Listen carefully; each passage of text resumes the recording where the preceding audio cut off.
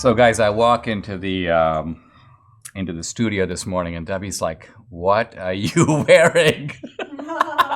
See, she leaves before me to head to the studios. She doesn't always see my outfits, and Yeah, we're gonna get so many emails about your choice of sweater.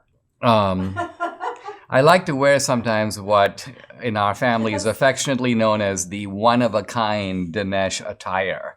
And but I think I picked this up somewhere in Europe. Guatemala. You know what? It does have kind of an American Indian theme. I wasn't going for that because, first of all, I don't like to confuse people. Is he Indian? Is he American Indian? What message is he trying to convey here?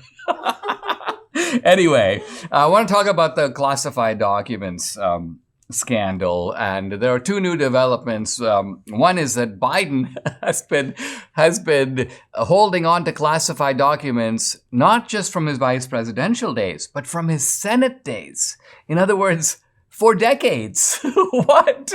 Now, here's Kevin McCarthy posting today. He goes, "I'm not even sure how that happens unless a senator stuffs the documents in their pants or someplace else." So what he's getting at is it's not easy as a senator to end up with classified documents. These documents are made available to you for hearings and other purposes like that. And so how do you take them home? How do they end up in your garage? How do they end up in your office? Unless there was some effort to take them out. So that's the first thing that's interesting. But the second is that, look, if the possession of classified documents is a crime, well, it follows, kind of as night follows day, that Biden has been a criminal in this respect for decades. He's been doing it a long time. He's kind of a veteran of the classified document purloining scheme. So that's the first development. The second development is Mike Pence has classified documents. What? So this introduces almost a slightly comic element to the whole thing, because think about it. Mike Pence is like the ultimate conscientious, straight-laced guy, and he ends up with classified documents. So the lesson appears to be that even conscientious, straight-laced guys leave and take documents they're not supposed to.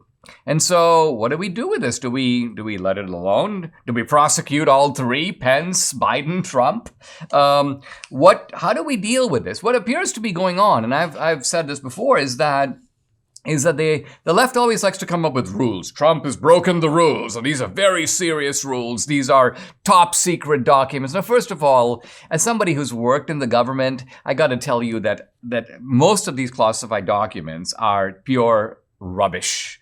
There's nothing actually valuable about them. They're the typical claptrap generated in government offices. And yet some bureaucrat sits there with a stamp. Top secret. Top secret. So we shouldn't get too freaked out. There are, in fact, a country does have real secrets, but a lot of stuff that's classified doesn't need to be classified. It's an email from Mr. X to Mr. Y or a reply from Mr. Z. This stuff is just boring. But the point I'm making here is that the rules are being applied only against Trump. Everybody else evidently gets to break the rules except Trump. Now, the left has been trying desperately to show that there's a difference between what Trump did and what Trump did on the one hand versus what Biden and Pence did on the other hand. Interesting, even the left is trying to defend Pence. Why? Because I think they know that if Pence is guilty, well, Biden's going to be guilty, and then the Pandora's box is open. So their point is, no, they got to keep the focus. Trump is the only criminal around here. Now, why is that? Well, here's a classic example of an attempt to say that this is what Trump did that's unique. Mike Pence found classified docs and alerted the FBI.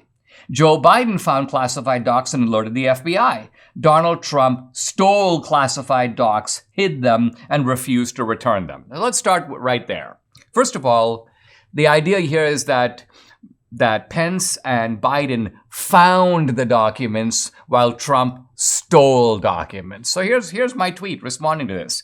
If Pence found the documents, who took them? Obviously Pence. And the same with Biden. Both men took the documents and then later found them. So What about Trump? The same. He took the documents and later found that he had them. So why use the word stole in connection with Trump while the other two supposedly just found the documents? My point here is that this is a manipulation of language to camouflage the fact that all three men took the documents and subsequently found them. Now, one guy responds to me, and this is just a guy on social media, he goes, because Trump refused to give them back. Is that really so hard to understand? Well, Trump didn't refuse. Trump was negotiating with the FBI and the government over adequate security for the documents. Remember, the FBI said put an extra lock on there. And over which documents belong to the archives and which documents belong to Trump. Now, the reason this is relevant is Trump is the only one of the three who has actual authority to declassify documents. By the way, Biden had no such authority. He does now as president, but we're talking about documents from his vice presidential days and his Senate days. And of course, Mike Pence doesn't. Only the president has the authority to, just on his say-so, declassify documents. So, I'll close with Lindsey Graham. This is a moronic statement from Lindsey Graham, who's known to make these from time to time. I've known President Biden a long time. I'd be shocked if there's anything sinister here. Who's talking about something being sinister? We're just talking about whether something is unlawful or corrupt. Either the possession of classified documents in a negligent manner is unlawful, or it's not. If it's unlawful, then it has to be prosecuted across the board. If it's not, then all three of these guys did something stupid, but not necessarily something that they need to be indicted for.